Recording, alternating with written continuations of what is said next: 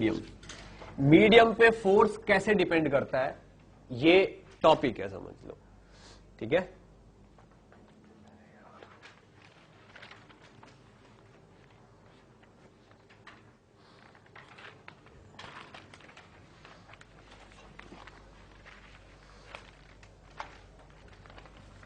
वापस उसी पे आ जाता है, K is equal to 1/4 epsilon naught पे ही आ जाता है। ठीक है ना, देखिए अगर किन्हीं दो चार्जेस के बीच में, मान लो एक चार्ज तो ये रहा Q1 और एक चार्ज है ये Q2, अगर इन दोनों के बीच में अभी नेचर क्लियर नहीं है इनकी, नेचर से तो केवल पॉजिटिव नेगेटिव से ये पता चलेगा कि अट्रैक्शन है रिपल्सन है। ठीक है ना, मैं इस वक्त मैग्नीट्यूड की बात कर रहा हूं, चाहे इनके बीच में अट्रैक्शन है या फिर रिपल्सन, में उसके मैग्नीट्यूड की बात कर रहा हूं। ठीक है ना, अगर इन दोनों के बीच में कोई मीडियम फिल करोगे तो फोर्स का मैग्नीट्यूड रिड्यूस होगा। ठीक है ना, अगर इनके बीच में कोई भी मीडियम फिल कर दोगे आप तो फोर्स का मैग्नीट्यूड कम हो जाएगा। ठीक है, ये एक्सपेरिमेंटल फैक्ट है, ऐसा पाया जाता है। अगर ये दोनों चार्ज वैक्यूम में तो इस पे जो भी अट्रैक्शन का या रिपल्शन का फोर्स होगा उसके कंपैरिजन में फोर्स कम हो जाएगा अगर मीडियम फिल कर दोगे, एयर फिल कर दी या वाटर फिल कर दिया। एयर को तो खैर वैक्यूम समझो, मान लो पानी भर दिया या कोई ऑयल भर दिया या कोई मेटल भर दिया तो ये फोर्स कम हो जाएगा। ठीक है ना, अब ये जो एप्सिलॉन है, ठीक है ना, एक्चुअल में ये एप्सिलॉन चेंज हो जाता है मीडियम बदलते ही। ये चीज है जो मीडियम पे डिपेंड करती है, और एक्चुअल में ये के जो है ये फॉर्मूला गलत है। के का एक्चुअल फॉर्मूला 1/4 एप्सिलॉन। ठीक, अब ये जो एप्सिलॉन है इसको बोलते हैं E R into E not. ठीक है ना, और वैक्यूम के लिए ई आर की वैल्यू 1 होती है, वैक्यूम के लिए E R is equal to 1, तो इसलिए E is equal to E naught लिख देते हैं हम, एप्सिलॉन को एप्सिलॉन नॉट लिख देते हैं। तो ये 4 एप्सिलॉन नॉट सही है किसके लिए, वैक्यूम के लिए, वैसे एक्चुअल फॉर्मूला ये वाला है। ठीक है, तो इस ई नोट को लिखते हैं हम परमिटिविटी ऑफ फ्री स्पेस। ठीक है ना, और ये ई क्या है, permittivity of medium. Free space मतलब वैक्यूम।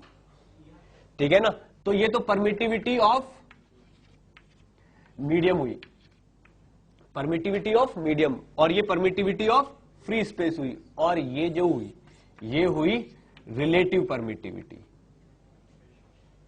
ठीक है ना, क्या इसकी कोई डायमेंशन होगी, इसकी कोई डायमेंशन नहीं होगी, ये रेशियो होगा। ठीक है ना, एक्चुअल में ये जो ई आर है ये रेशियो है मीडियम की परमिटिविटी का और वैक्यूम की। ये बिल्कुल रिफ्रैक्टिव इंडेक्स की तरीके से है, ये बिल्कुल रिफ्रैक्टिव इंडेक्स की तरीके से। इसका दूसरा नाम है डाइलेक्ट्रिक कांस्टेंट, डाइलेक्ट्रिक कांस्टेंट, इसका दूसरा नाम है डाइलेक्ट्रिक कांस्टेंट, और इसको रिलेटिव परमिटिविटी बोलते हैं। तो relative permittivity is equal to होता है मीडियम की परमिटिविटी डिवाइडेड बाय वैक्यूम की परमिटिविटी। ठीक, और ये केवल एक रेशियो होता है। ठीक, इस चीज को ज्यादा एक्सप्लेन करने से अच्छा इसके ऊपर एक एग्जांपल किया जाए तो ज्यादा क्लियर हो जाएगा।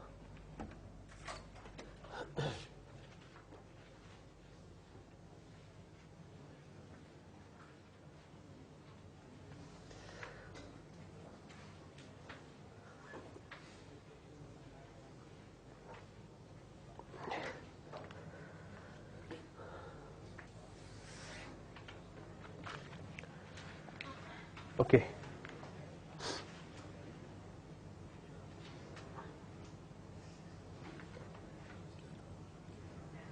एग्जाम्पल आपसे हो जाए बिना किसी हेल्प के, उसके लिए एक छोटा सा मतलब हिंट दे रहा हूं मैं। अगर वैक्यूम है, वैक्यूम में फोर्स की वैल्यू क्या होगी कि 1/4 epsilon naught Q1 Q2 by R square. ठीक है ना, और सारे डेटा वही है और कोई मीडियम है, तो किसी मीडियम में फोर्स क्या होगा 1/4 epsilon into Q1 Q2 by R square. ठीक है ना, तो force in a medium divided by force in vacuum करोगे तो क्या आएगा इधर, बताइए। ई नॉट बाई ई आएगा, ठीक है ना।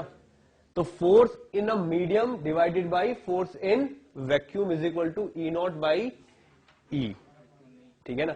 या फिर कितना, 1/ER, ठीक है ना। आप देखो बिल्कुल रिफ्रैक्टिव इंडेक्स की तरीके से फॉलो किया जा रहा है इसको। अगर फोर्स को वैक्यूम के फोर्स को इससे डिवाइड कर देंगे तो ER आ जाएगा, ठीक। अब एग्जाम्पल सुनो क्या है, यही चीज डायरेक्टली यूज हो जाएगी। यही अरेंजमेंट था, दो बॉल्स थी सेम मास की और सेम चार्ज की। दोनों बॉल्स को जब वैक्यूम में लटकाया गया तो दोनों के बीच का एंगल था थीटा। या तो पूरा एंगल थीटा ले लो या हाफ एंगल थीटा ले लो, क्वेश्चन पे कोई फर्क नहीं पड़ेगा, ठीक है ना। तो ये वाला जो थीटा था वो थीटा था। अब डेंसिटी थी रो। अब क्या हुआ कि इसको एक हमने ऑयल में डाल दिया, ठीक है ना। तो ये तो वैक्यूम का डेटा है, ऑयल में जाते ही क्या चेंज हो जाएगा, ठीक है ना। तो ऑयल में जाते ही जो थीटा है वो चेंज होकर थीटा बाई 2 हो गया है। तो डेंसिटी ऑफ ऑयल बतानी है कितनी है, डेंसिटी ऑफ ऑयल, हाँ डेंसिटी ऑफ ऑयल बतानी है।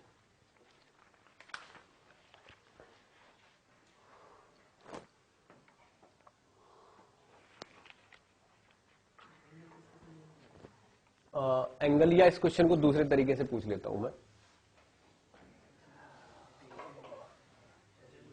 थीटा, एक दोनों के बीच का एंगल थीटा है, हाँ ओके। इसका जो जो इसका ER है वो मान लो 2 है, जो ऑयल है इसका ER 2 है। तो थीटा जो है वो सेम रहता है, तो ये वाला थीटा और ये वाला थीटा सेम रहता है। तो डेंसिटी ऑफ ऑयल बताइए कितनी होगी, ठीक है ना। क्वेश्चन थोड़ा सा कॉम्प्लिकेटेड टाइप हो गया है। देखिए क्वेश्चन क्या है, दोबारा सुन लो। दो आइडेंटिकल बॉल्स है, मास में भी और चार्ज में भी, वैक्यूम में लटकाया हुआ था, दोनों के बीच का एंगल थीटा था। अब इन दोनों को पकड़ के ऑयल में डुबो दिया। ऑयल में डुबोने से ये वाला सेपरेट करने वाला फोर्स कम हो गया, जो उनको सेपरेट करने वाला फोर्स था वो कम हो गया। तो बॉल्स को पास आ जाना चाहिए। अगर बॉल्स को पास आ जाना चाहिए तो थीटा की वैल्यू कम होनी चाहिए, लेकिन थीटा की वैल्यू कम नहीं हुई है, ठीक है ना। कम होनी चाहिए थी क्योंकि उसका रिलेटिव परमिटिविटी 2 है। रिलेटिव परमिटिविटी 2 होने का मतलब फोर्स आधा हो जाएगा, ठीक है ना। वो देखो वो वाला, अगर ये चीज 2 आ गई ER तो मीडियम का फोर्स और वैक्यूम का फोर्स 1/2 रेशियो रखेगा, ठीक है। लेकिन थीटा उतना का उतना ही है जितना था। तो डेंसिटी ऑफ ऑयल पूछिए कितनी है। क्लियर, बताइए क्या करेंगे।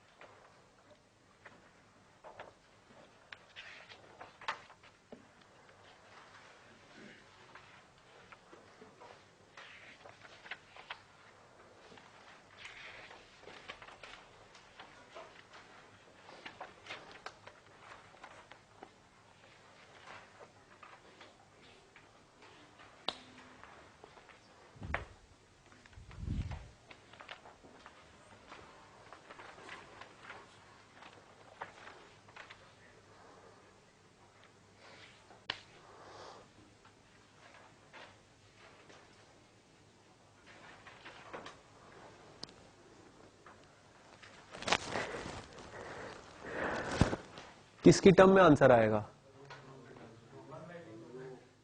1/2 रो/2। अगर उसने डेंसिटी पूछी है ऑयल की तो किसकी टर्म में आंसर आएगा? क्या लिक्विड की डेंसिटी की टर्म में आएगा?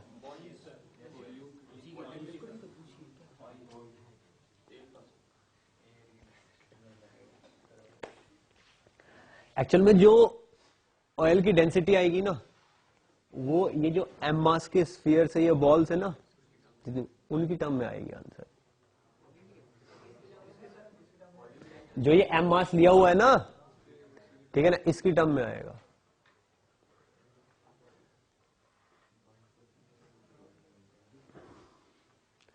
मैंने कहा ना सोचना है। दरअसल थोड़ी सी किस्मत भी खराब चल रही है यहाँ पे किस्मत इसलिए खराब चल रही है क्योंकि पूरा दिन पढ़ने के बाद सबसे लास्ट क्लास ये होती है, मतलब इवनिंग में दिमाग थोड़ा कम काम करता है।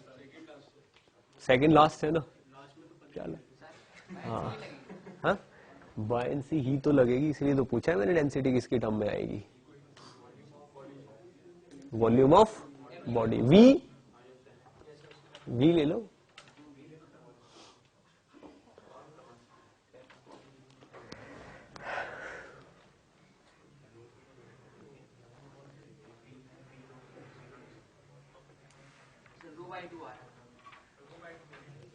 रो बाई 2।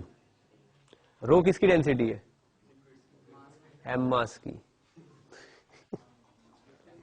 यही तो पॉइंट था, यही तो ऑब्जेक्टिव बनने के चांसेस है इसके।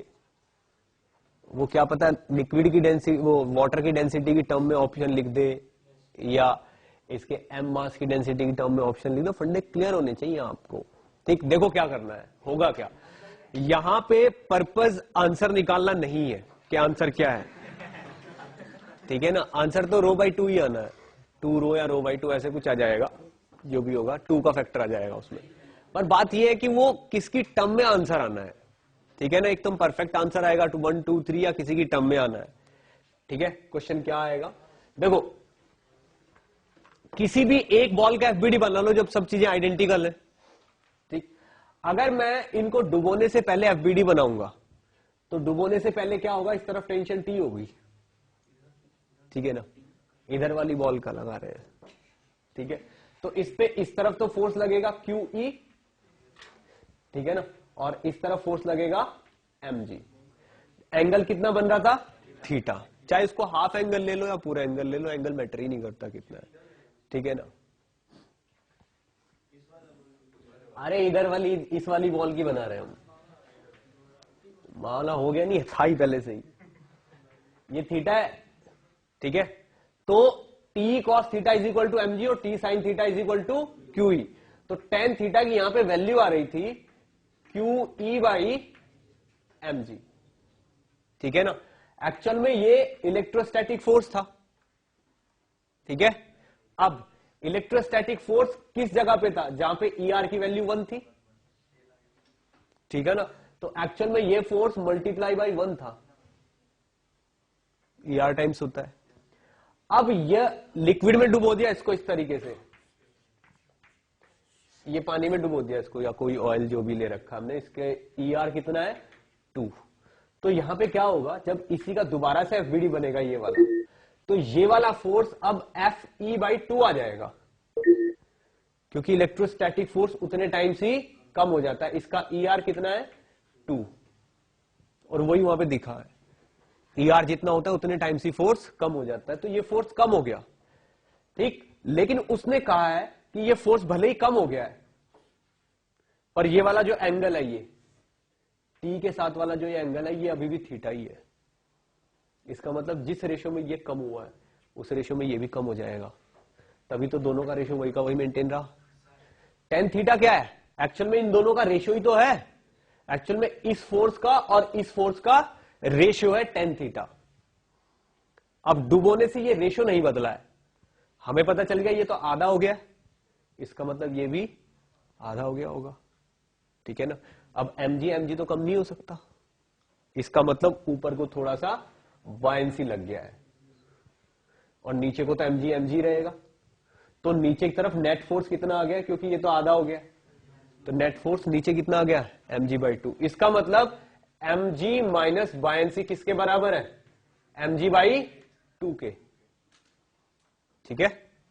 तभी तो ये एंगल इंटेक्ट रहा है, ठीक, अब जो बायंसी होता है, बायंसी क्या होता है, volume displaced into density of liquid into g, ये होता है बायंसी। और mg क्या होता है, volume of body into density of body into g, ये होता है mg। ठीक है ना, कुछ समझ में आ रहा है क्या? तो अब आप ये देखो, यहां से इस जगह से ये जो वॉल्यूम डिस्प्लेड और वॉल्यूम ऑफ बॉडी है तो सेम ही है, क्योंकि m मास की बॉडी का वॉल्यूम अगर v ले लो, उसको डुबो दो तो कितना वॉल्यूम डिस्प्लेस करेगी, अपने वॉल्यूम के बराबर। ठीक है, अब इस तरफ mg माइनस b कर दो और इस तरफ mg बाई 2 कर दो, तो जितनी भी कॉमन आने वाली चीजें सब कट जाएंगी। ठीक है, तो इधर क्या बचेगा, तो mg की वैल्यू रख दो,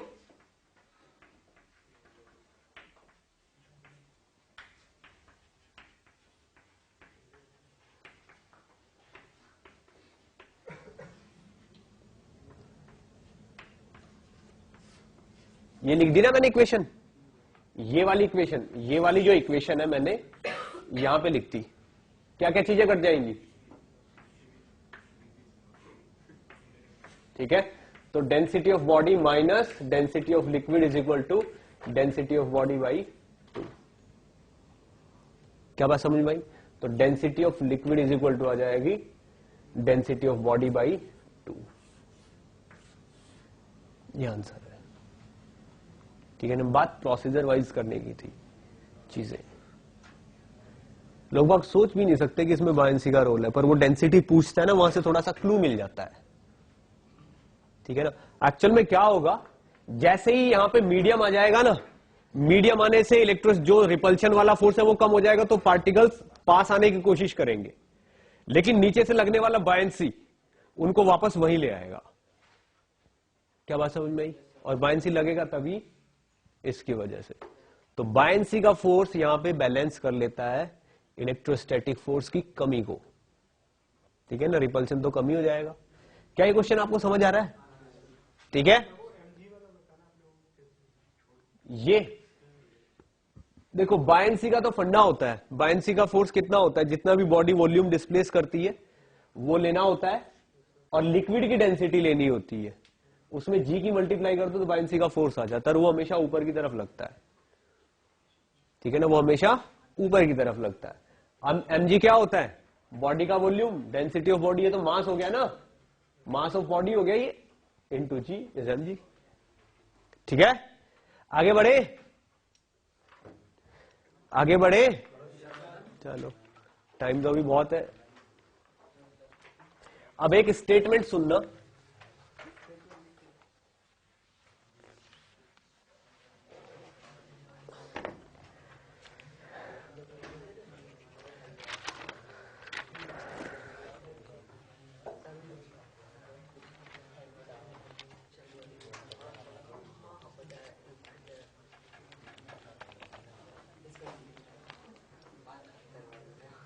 एक देखो एक स्टेटमेंट सुनना, in a medium force experienced by charges Q1 and Q2 decreases. ठीक, in a medium force experienced by the charges Q1 and Q2 decreases, but it can be stated that net force which Q1 is exerting on Q2 remains same no matter in whatever medium charges are placed। ठीक है ना, समझ में आ गया? देखो क्या है, अभी कुछ समझ में नहीं आया, आ गया? एक्सप्लेन कर लेता हूं मैं क्या है। हाँ, ये मीडियम है, ठीक है ना, दो चार्जेस पहले ऐसे रखे हुए थे बिना मीडियम के, ठीक है ना, तो हमने इस पे नेट फोर्स की बात की थी। ठीक है, इस पे हमने नेट फोर्स की बात की थी। इसको इस तरीके से भी सोचा जा सकता है कि मान लो यहां पे एक स्प्रिंग लगा हुआ है और यहां पे स्केल्स बने हुए हैं, ठीक है ना, तो ये चार्ज और ये चार्ज, ठीक है ना, अगर किसी डिस्टेंस पे एग्जिस्ट करते हैं तो ये इसकी इनिशियल पोजीशन थी, यहां से खिसक के यहां आ गया ये रिपल्शन की वजह से। ठीक है ना, अब फिर इन्हीं दोनों को यहां मीडियम में लाया गया एज इट इज, ठीक है ना। तो मीडियम में लाने से इस वाले की पोजीशन को अगर आपने इंटैक्ट रखा तो इस वाले की पोजीशन थोड़ी सी पहले आ गई, इससे पता चल गया कि नेट फोर्स कम हो गया। कुछ क्लियर हुआ क्या? अगर स्प्रिंग का एक्सपेंशन कम हो गया तो इसका मतलब फोर्स उस पर कम हो चुका है। क्लियर? ये तो पहला स्टेटमेंट है।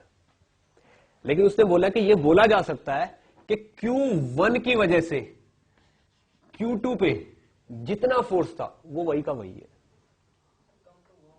हाँ ठीक, वही तो कंफ्यूजन दूर करना है मुझे। ये कम तो हो गया, ये टोटल फोर्स है जो कम हुआ है, ठीक है ना। ये टोटल नहीं, नेट नहीं बोले, टोटल फोर्स है ये, ठीक है ना। लेकिन जो Q1 की वजह से Q2 पे था वो उतना का उतना ही है। ठीक, अब सुनना ध्यान से, यहां पे पोलराइजेशन इन्वॉल्व हो गया, ठीक है ना। ठीक, सुनो ध्यान से क्या है। अब इस स्प्रिंग को हटा दो, ठीक है ना। मैंने तो फोर्स कम होने का मीनिंग समझाया कि फोर्स कम होने का मीनिंग क्या है। ठीक, देखिए क्या है, अगर एक ये चार्ज है और दूसरा ये चार्ज है, क्योंकि अगर जेई में क्वेश्चन आया ना इस चार्जिंग के ऊपर, कम ज्यादा चार्ज मैग्नीट्यूड के ऊपर, तो यही कॉन्सेप्ट है जो सर्वाइव करते हैं। बाकी छोटी छोटी चीजें तो सबको पता होती है। ठीक, देखो इसकी वजह से इस पे एक फोर्स लगेगा इस तरफ जिसकी वैल्यू होगी K Q1 by R square, और ये वाला K होगा 1/4 pi epsilon naught Q1 by R square. ये वाला K ये है, इतना फोर्स इस पे लग ही रहा है इस तरफ। ठीक, जैसे इस मीडियम में आता है ना, तो इस फोर्स को मान लो F1 बोलते हैं हम। तो इस वाली बॉडी पे अभी भी F1 इस तरफ लग रहा है, उतना का उतना ही।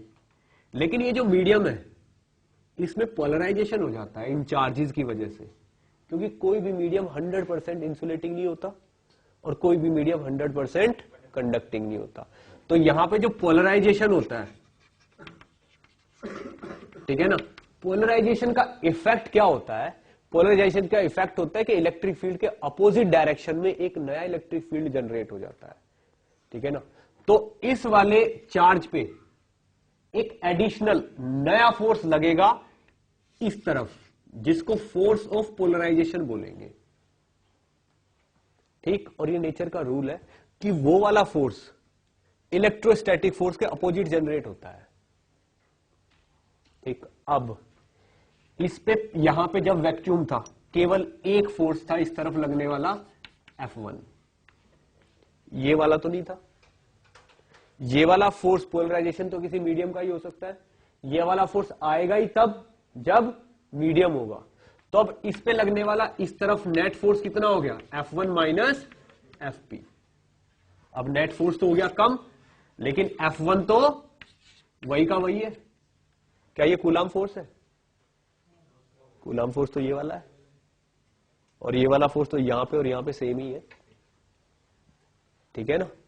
ये वाला फोर्स आया अलग से, इसने इस पे लगने वाले नेट फोर्स की वैल्यू को कम कर दिया, पर कूलाम फोर्स उतना का उतना ही है। अब ये जो फोर्स है ना, इसी को तो हम FER बोलते हैं, किसी मीडियम में लगने पे जो फोर्स आ जाता है।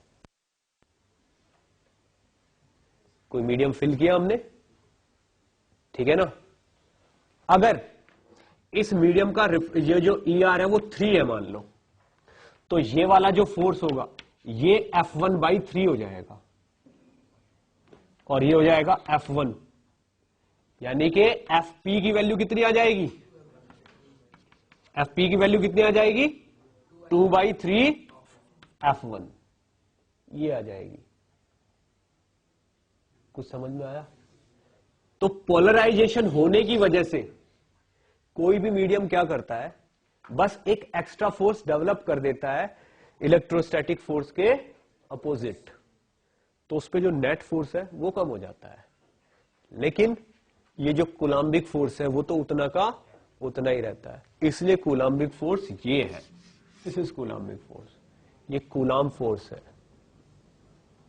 ये वो फोर्स है जो Q1 की वजह से है Q2 पे,